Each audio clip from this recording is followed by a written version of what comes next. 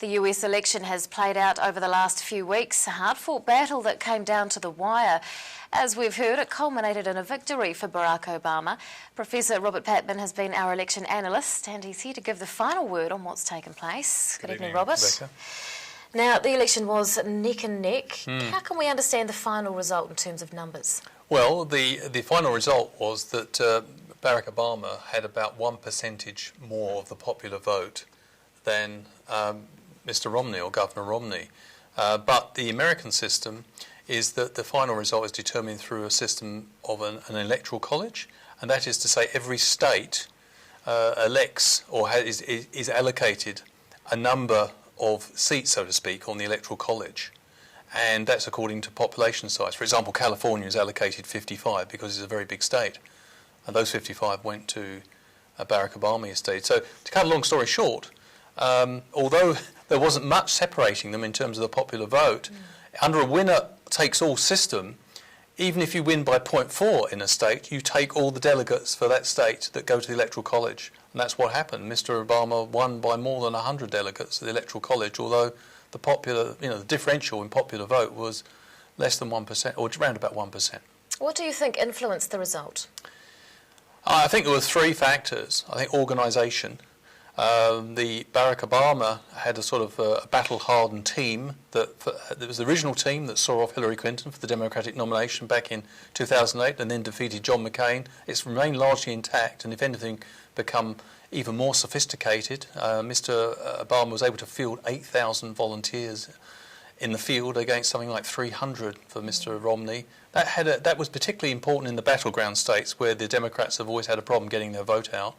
I think the other issue was, if you like, there is the issue, the battle of ideas. I think on balance, many Americans felt that the country was just about going in the right direction economically. There was progress. I mean, he had good job numbers during the election, which sort of undermined the Romney argument that the country was standing still. The third thing, I think, was contingency events like Hurricane Sandy, which enabled Barack Obama to showcase his skills as a leader.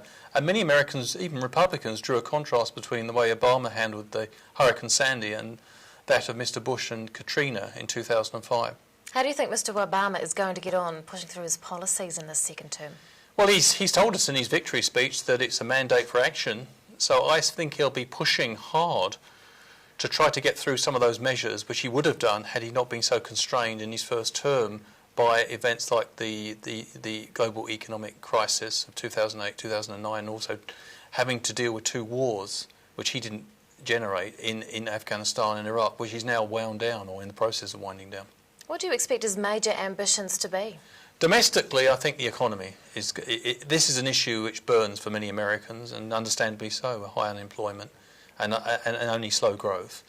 But he's got a major challenge because he's got to try to broach an agreement with Congress before the end of the year to overcome what's called the fiscal cliff, which was an agreement put in place in 2011 when he couldn't pass a budget through a partisan Congress which was against him.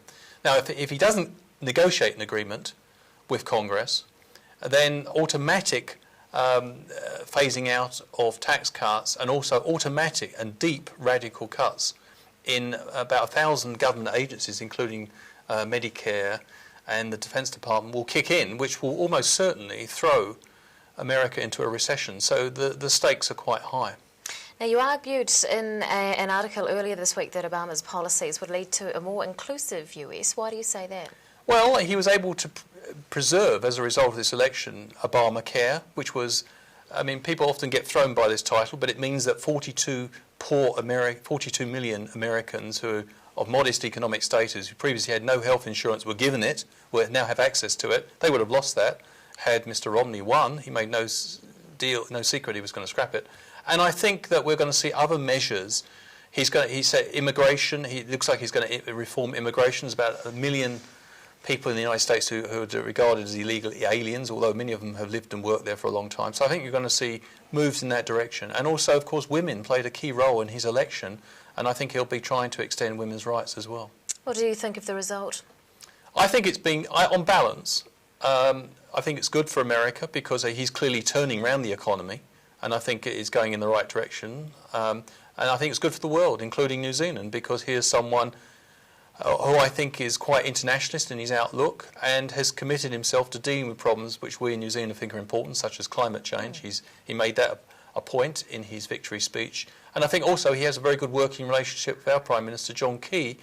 And, you know, it's quite important, actually, that relationship, given the fact that we're sandwiched between China and the United States. We have good relations with both. Professor Robert Patman, thanks very much for your time. Thank you.